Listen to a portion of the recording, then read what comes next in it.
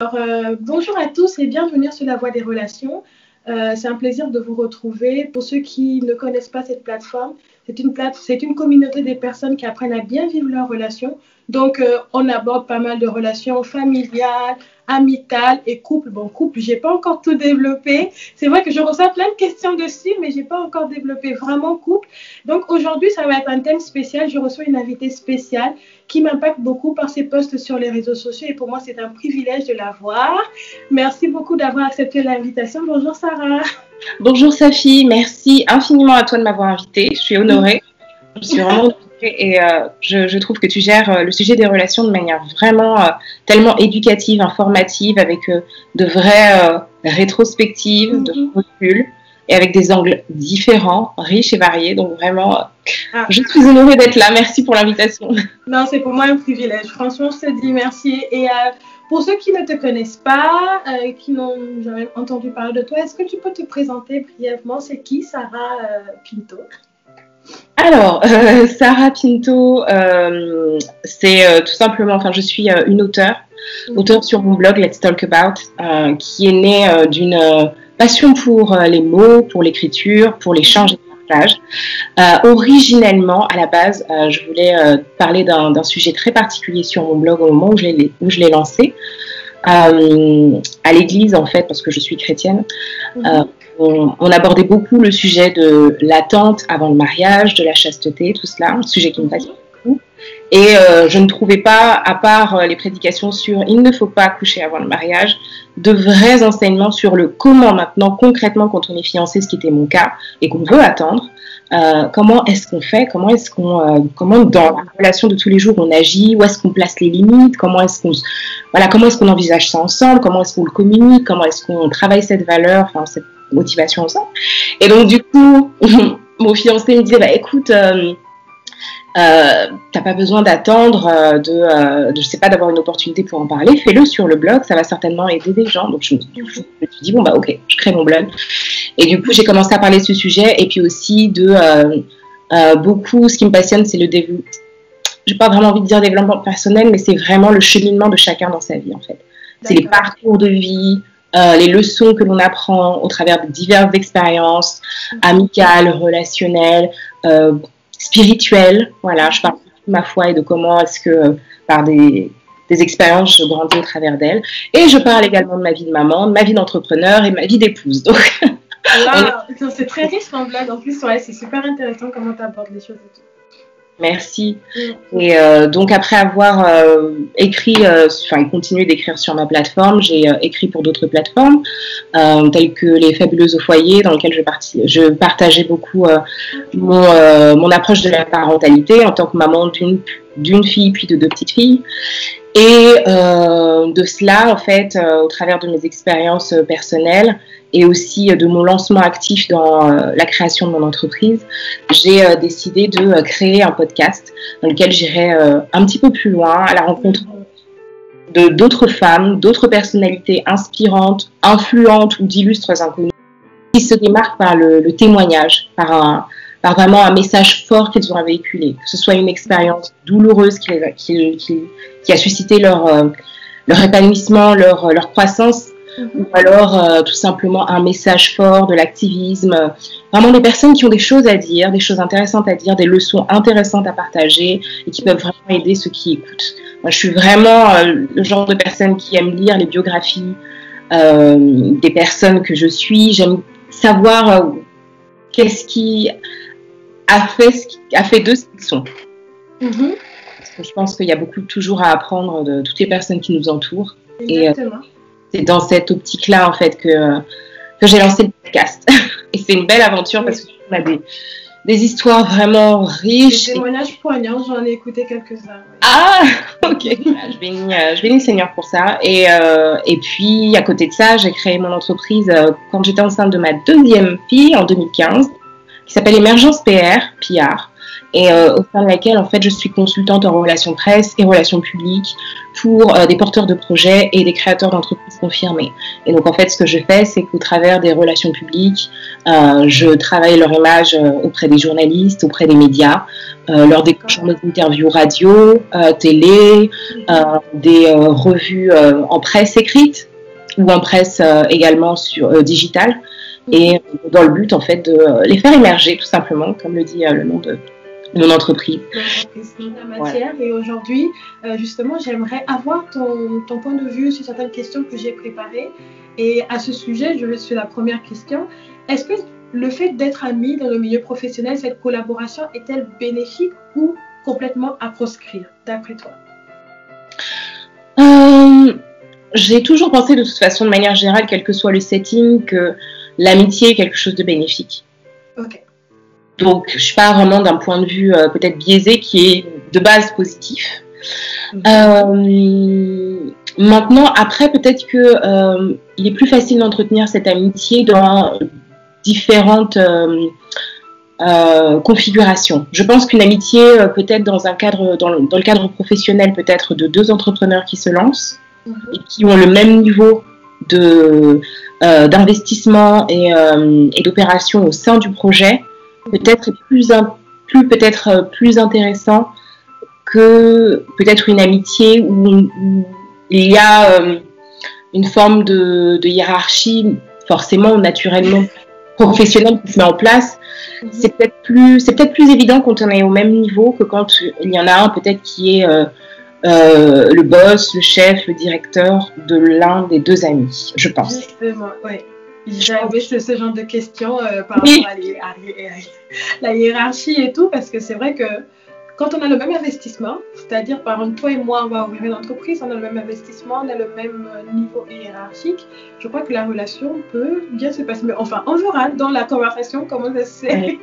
Mais justement, peut-on véritablement être ami dans son milieu professionnel, sachant que ça peut être une amitié en fait par intérêt?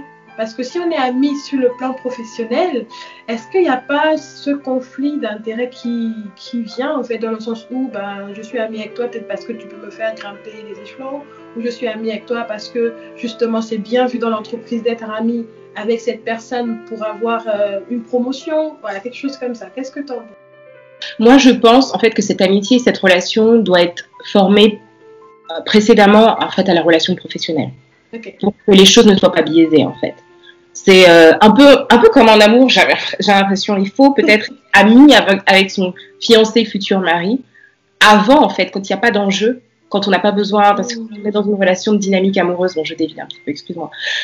Non, mais tu peux, il n'y a pas de problème. Enfin, je vois un peu une analogie dans le sens où quand on est dans une démarche de séduction où on veut être le significant other d'une autre personne, on va avoir tendance à grimer un peu ses comportements, à lisser les choses. Alors que quand on est amis, on se livre plutôt tel que l'on est. On a vraiment la possibilité d'évaluer telle ou telle personne pour ce que l'on voit quand elle n'est pas en mode acting.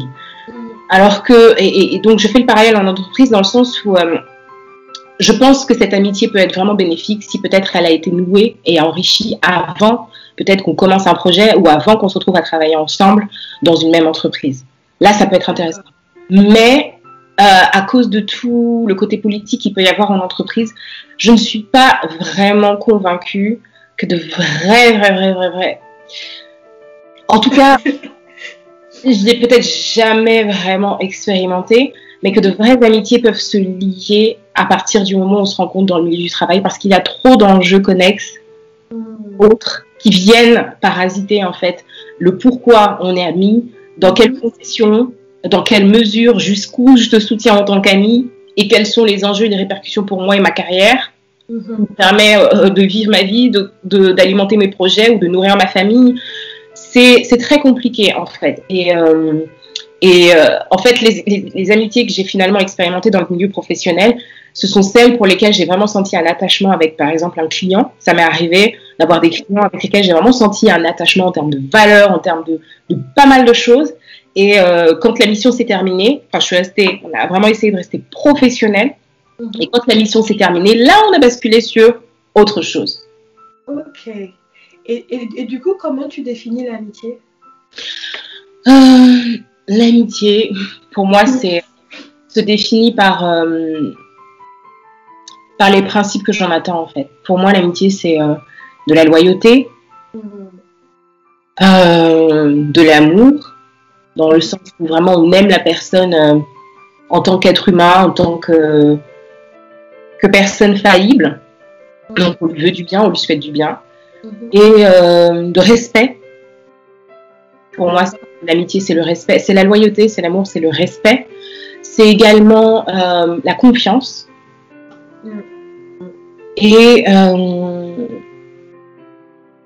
pour moi, ce serait ça. Je pense qu'une relation... Et puis aussi, quelque part, un sens de... on est dans une team, en fait. On est dans une team. Nous sommes ensemble dans une team. Il ne s'agit pas des intérêts de l'un sur l'autre, de l'autre sur l'autre, enfin de l'autre sur l'un, mais vraiment des intérêts d'une amitié. Pour moi, c'est un lien vraiment fort. En dehors du lien que l'on peut avoir avec un époux, comme tu le sais, nous sommes toutes les deux mariées. Je trouve que l'amitié a cette capacité aussi de... Enfin, ce genre de force qu'on peut retrouver dans l'amitié, en fait. Ouais. En fait, d'avoir un objectif commun en tant qu'ami, même si on est déjà en couple avec un objectif commun avec son mari ou son épouse, avoir un objectif commun avec une personne. Ouais. Je suis d'accord avec cette définition. Exactement. Voilà. C'est... Et du coup, tu as dit quelque chose de super intéressant quand tu disais tu es resté assez professionnel avec ton client et après la mission, vous avez basculé dans l'amitié. Donc, si je suis un peu ce que tu dis, tu aurais eu du mal à être ami en fait avec cette personne tout en étant client, enfin pas client parce que la personne était ton client, tout en étant que cette personne était ton client. Ouais. Donc tu aurais eu des difficultés à être son ami à ce moment-là, dans la relation client. Oui, parce que, et je pense que c'est vraiment quelque chose auquel il faut faire attention, même quand on a des atomes crochus avec une personne en question, en tant que professionnel, ce qui est vraiment très important pour moi, c'est de vraiment tout le temps être dans le fait de délivrer, de connaître ma place, en fait. Et parfois, il faut vraiment connaître sa place de manière générale dans toutes les relations. Là où les problèmes commencent, c'est quand on commence à switcher les places, on commence un peu à mélanger, à brouiller les pistes, à brouiller les cartes, et à ne plus savoir là où chacun se place. Je sais que ça peut paraître très archaïque ce que je vais dire, mais j'ai l'impression que les choses fonctionnent dans un couple quand un homme et une femme connaissent sa place. Je ne suis pas féministe, c'est-à-dire, mais aussi qu'une famille fonctionne quand le couple face aux enfants et les enfants connaissent leur place, et dans l'amitié quand chacun connaît sa place et quand chacun respecte les limites de l'autre, respecte les territoires de l'autre, respecte l'environnement de l'autre, respecte l'intimité de l'autre. Et donc, du coup, pour moi, c'était vraiment très important. J'ai senti, on se l'est clairement quelque part dit, parce qu'il y avait énormément de valeurs communes, énormément de points communs. On a senti que vraiment, voilà, c'était une relation qui pouvait évoluer vers une amitié sincère. Mais j'ai vraiment tenu, dans ma manière de procéder, à rester absolument professionnelle parce que, quel que soit ce qui se passe, la relation principale qui est en train de se jouer, c'est le fait qu'il y a un échange, un contrat qui a été établi, il y a eu de l'argent qui a été échangé pour payer tout cela, pour une mission que je dois délivrer. Et bien que l'on rigole bien qu'on a des atomes crochus, des points communs, il faut que je puisse rester professionnelle. Et après cela, quand tout est terminé, quand tout est clôturé, quand le client est satisfait, là, on peut aller se boire un verre, parler de nos vies de maman, parler de nos vies de couple, parler de notre vie en général. Exactement. Et il faut garder, comment dire, il faut garder les choses à leur place. À leur place. Et justement, c'est ma question qui suit après. J'ai souvent entendu dire on ne mélange pas vie professionnelle et vie privée. Et souvent, quand je l'entendais, c'était un peu dans le cadre du couple. Et j'aimerais savoir, est-ce qu'on peut l'appliquer justement dans le cadre de l'amitié? Est-ce que l'amitié rentre dans ce cadre-là? L'amitié professionnelle? Oui, l'amitié professionnelle, sur le plan professionnel, oui. Absolument. Je suis tellement convaincue par ce point-là. Et je l'ai vu aussi j'ai vu des exemples malheureux, en fait, de cross de grosses situations qui se sont réalisées et qui n'ont pas joué en la faveur de la personne qui s'est trop livrée. Moi, j'ai noué, même en travaillant à mon compte, j'ai noué des amitiés, mais même en travaillant en entreprise, par la force des choses, on s'entend bien avec les gens, on noue des amitiés, mais des amitiés qu'on a développées après, finalement, que le contrat soit terminé ou ce genre de choses. Et bien sûr, on est amené à parler de choses qui nous concernent, on est amené à partager des choses, mais pour moi, l'un des mots vraiment qui me revient à chaque fois dans toutes les expériences que j'ai eues, amicales, que ce soit professionnelles ou en dehors du cadre professionnel, c'est limite. Il faut toujours garder ses limites, toujours avoir en tête la personne à qui je parle, quelle place elle occupe dans la hiérarchie, et moi, quelle place j'occupe. C'est très important. Et c'est dommage parce que j'ai pas envie de donner l'impression que c'est un jeu d'échecs ou un jeu politique, mais malheureusement, à cause des enjeux, on est toujours obligé de garder en tête, voilà, la personne à qui je parle, à qui je me confie, à qui je confie des choses vraiment très importantes, et peut-être en possibilité de divulguer ces informations ou de les utiliser à mon encontre. Des exemples, ça pourrait être, voilà, je me confie en étant assistante de direction et à cette chef de service, je me confie sur mes difficultés, par exemple, à gérer ma vie en ce moment parce que les enfants sont prenants, parce que mon mari est plus investi dans son travail et il se trouve peut-être qu'une promotion se profilait à l'horizon. Et cette personne sera peut-être en capacité de dire à la personne qui est en capacité de me donner une promotion, bon, bah écoute, c'est peut-être pas le moment. Je suis peut-être extrême en termes d'exemples, mais j'ai déjà eu des collègues qui sont, à cause de la familiarité, parce qu'elles partageaient des points communs avec, des intérêts communs avec nos N+1, ont commencé à plaisanter sur leur vie privée, à leur donner des détails super personnels. Et le jour où elles ont été en défaut, ce sont exactement ces choses privées qu'elles ont confiées à leur N+1 qui sont ressorties en réunion plénière devant tout le monde. Non. Oh my God. Et voilà quoi, du coup, bon, quand on en reparlait, c'était dur de pas lui dire, mes copines, je t'avais dit. C'est la N+1, tu peux pas aller lui raconter telle chose sans craindre que ça puisse être utilisé à ton encontre, en fait. C'est ça, exactement. Et du coup, tu as dit un point super intéressant. Même si on a des atomes crochus ou bien on sent bien qu'on peut être amis, la confiance, ce serait... en fait, la confiance aurait du mal à vraiment être profonde à ce moment-là parce que tu te dis, quand je vais lui parler, est-ce qu'elle va pas aller dire... Du coup, tu es souvent hésitant ou bien du coup, tu mets vraiment des barrières. Quand bien même tu te sens bien avec la personne, tu as envie de te confier, tu sens bien qu'on peut aller boire un verre ensemble après le travail, on peut parler de notre famille, mais tu vas avoir une certaine limite justement à cause de ce genre de situation qui arrive que tu vas utiliser ma vie privée sur le plan professionnel et on ne sait jamais les intentions des gens sur le plan professionnel. Absolument. Les intentions, Absolument. Et pour avoir beaucoup parlé, beaucoup expérimenté des choses au niveau des relations, qu'elles soient professionnelles ou autres, je me confiais beaucoup à mon mari, qui est une personne que j'aime beaucoup justement pour sa sagesse et son recul et son intelligence dans les interactions sociales. Il disait souvent, chérie, tu mets au même niveau chaque relation que tu as, chaque personne que tu rencontres, avec qui tu sens que tu as une facilité à échanger, souvent tu vas très rapidement les mettre au même niveau et donner peut-être un niveau d'investissement, d'information, de proximité, de confiance à ces nouvelles personnes, de la même manière que tu vas les donner à peut-être des personnes qui ont plus de place ou d'ancienneté dans ta vie. Et je pense qu'on a quelque chose à apprendre de cela, c'est que il y a comme une sorte de gradation à avoir en fait dans les différentes relations que l'on a. Par exemple, dans les relations au travail, il y a un certain niveau de moi que je peux accepter de dévoiler. Les personnes qui m'entourent, avec qui je travaille, qui ne va pas être le même que je vais accepter de dévoiler à des personnes que je vais vraiment avoir dans ma vie depuis un certain temps, et puis un autre certain niveau de temps, et puis un autre niveau de proximité peut-être avec son époux, un autre niveau de proximité avec ses sœurs, ses frères, ou même ses parents qui nous connaissent sous différentes facettes. Et souvent, les gens ont tendance à penser que c'est être hypocrite ou montrer une certaine manière, un certain aspect de soi, ou c'est pas être authentique. Non, en fait. C'est juste de la bonne intelligence sociale, de la bonne gestion voilà, de la bonne gestion des relations, c'est ne pas donner trop à une relation qui n'a pas prouvé qu'elle méritait autant.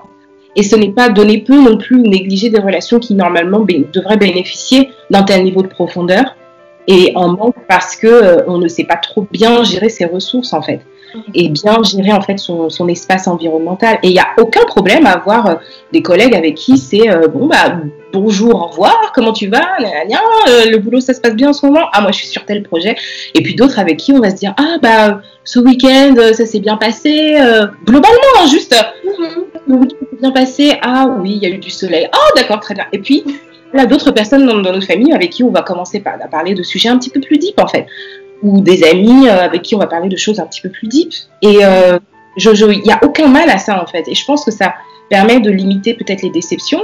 Ça permet aussi de poser des bonnes limites. Je pense que vraiment dans les relations, le terme de limite, de barrière, de boundaries en anglais, qui est peut-être un peu plus riche que simplement limite, est essentiel. Essentiel. Quand on pose les bonnes limites, les bonnes barrières aux choses, on évite énormément de débordements, on évite énormément d'accidents, et on évite énormément de déceptions également. Waouh, non, j'aime beaucoup ce que tu dis. Et quand tu es parti sur le fait de la catégorisation des relations, c'est essentiel. Je trouve que c'est même ce qu'on pourrait dire aux personnes qui se sentent mal de ne pas forcément, comme tu dis, se livrer à quelqu'un avec qui ils s'entendent bien au travail. Ils se disent « Ah non, mais vu que je m'entends bien, on a un bon feeling, je peux lui parler. » Non, il est important de faire cette catégorisation aussi parfois pour s'éviter justement d'être mal ou bien des trahisons ou bien d'avoir des déceptions. Et j'aime beaucoup ce côté-là qui est... Je crois que les gens qui vont écouter vont être bénis par rapport à ça et se sentir moins mal, vraiment moins mal par rapport à ça. Et du coup, si ça arrive, parce que je l'ai vu dans les entreprises, si je suis amie avec mon chef, par exemple, si mon responsable est vraiment mon ami, et je vais prendre le cas où c'était mon ami avant qu'il ne soit chef. Oui. Et il est devenu chef. Quels seront nos rapports vis-à-vis des autres? Parce que dans l'entreprise aussi, il faut voir, l'apparence compte beaucoup, il faut voir comment la personne va matcher avec nous, comment elle va nous coacher en termes, parce que c'est notre chef. Est-ce que j'aurais facilité, moi, est-ce que ce serait facile pour moi d'accepter des ordres venant de mon ami?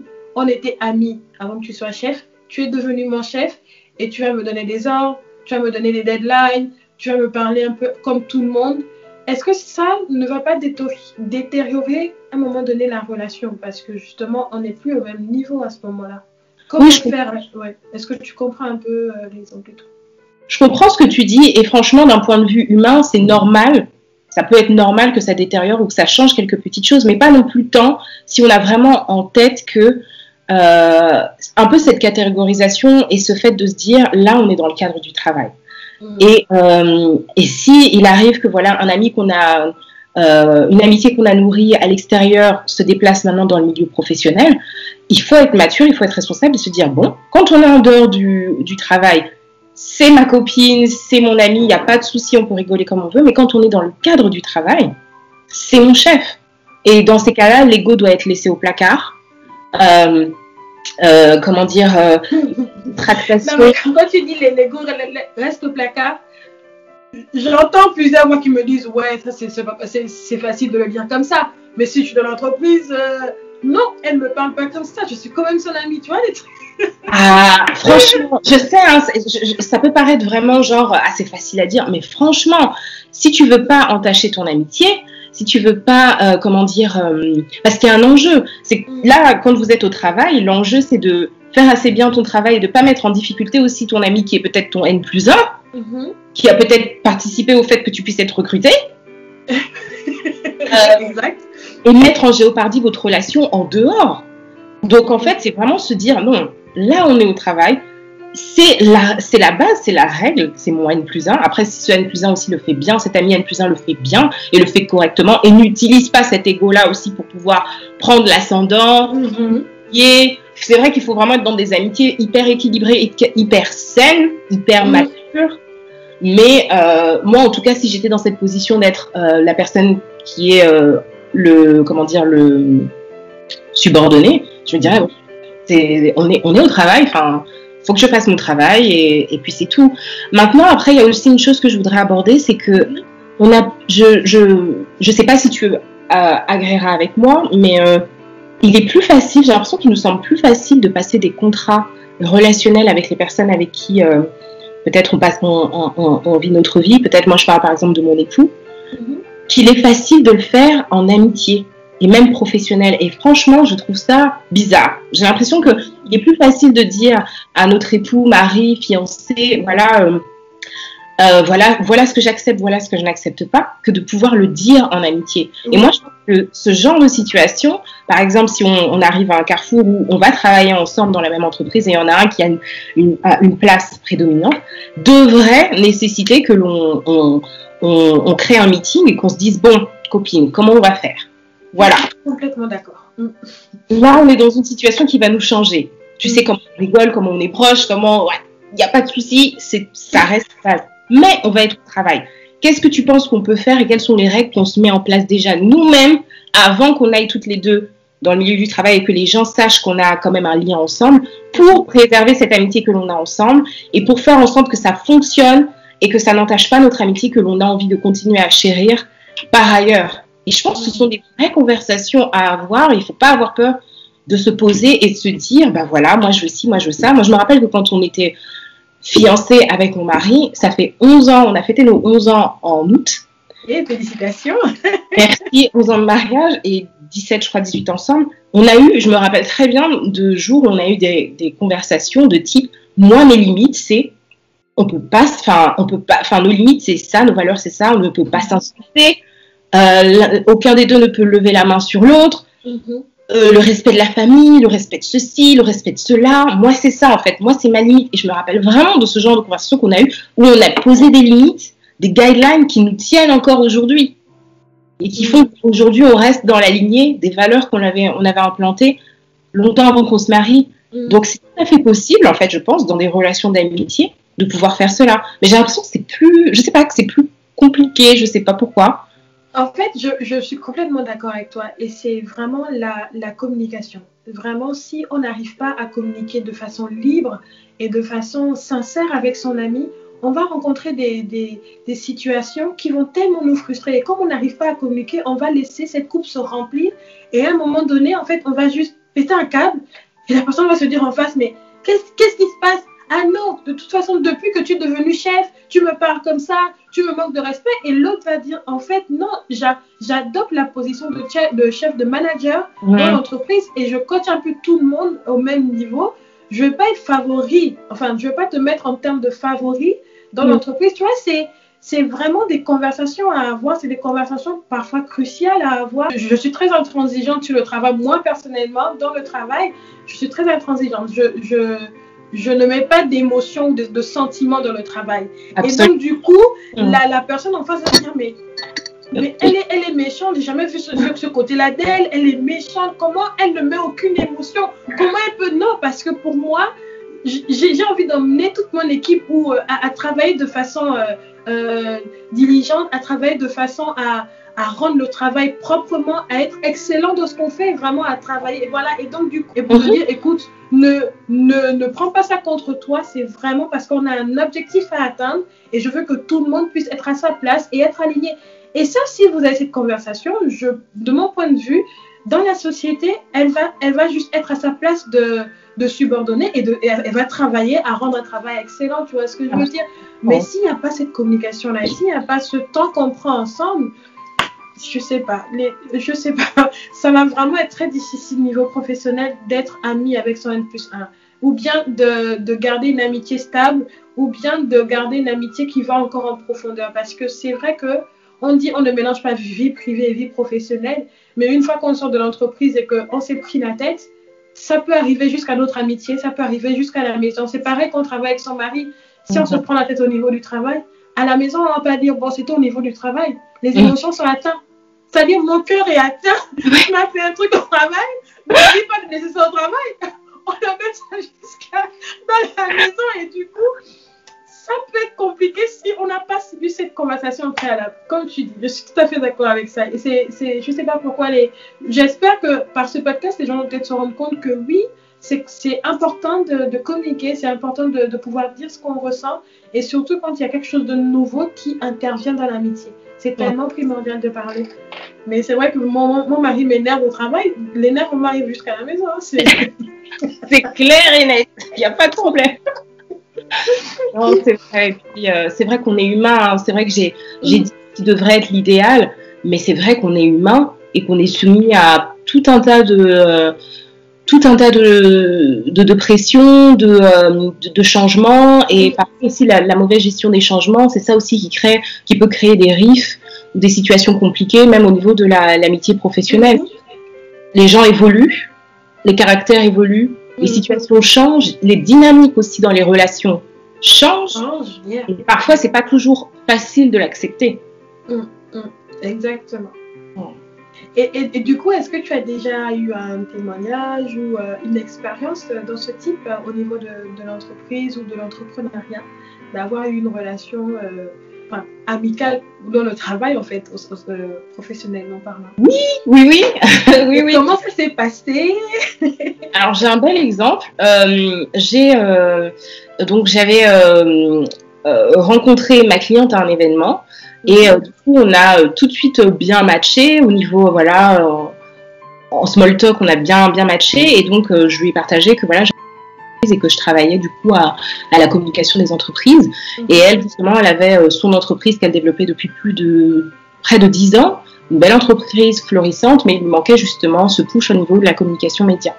Donc du coup, on s'est rencontrés à son lieu de travail, j'ai monté un contrat, tout ça, et on a commencé à travailler ensemble. Et les choses ça a été vraiment un matching, c'est vraiment ce genre de clients ou de missions professionnelles où on sent que ça flow, quoi. Enfin, je veux dire, on a les mêmes idées, ou alors quand on n'a pas les mêmes idées, ou quand c'est pas exactement ce qu'elle voulait, il y a la facilité de pouvoir le dire. Et moi, je suis comme toi, du travail, je suis très intransigeante. L'excellence est très important pour moi.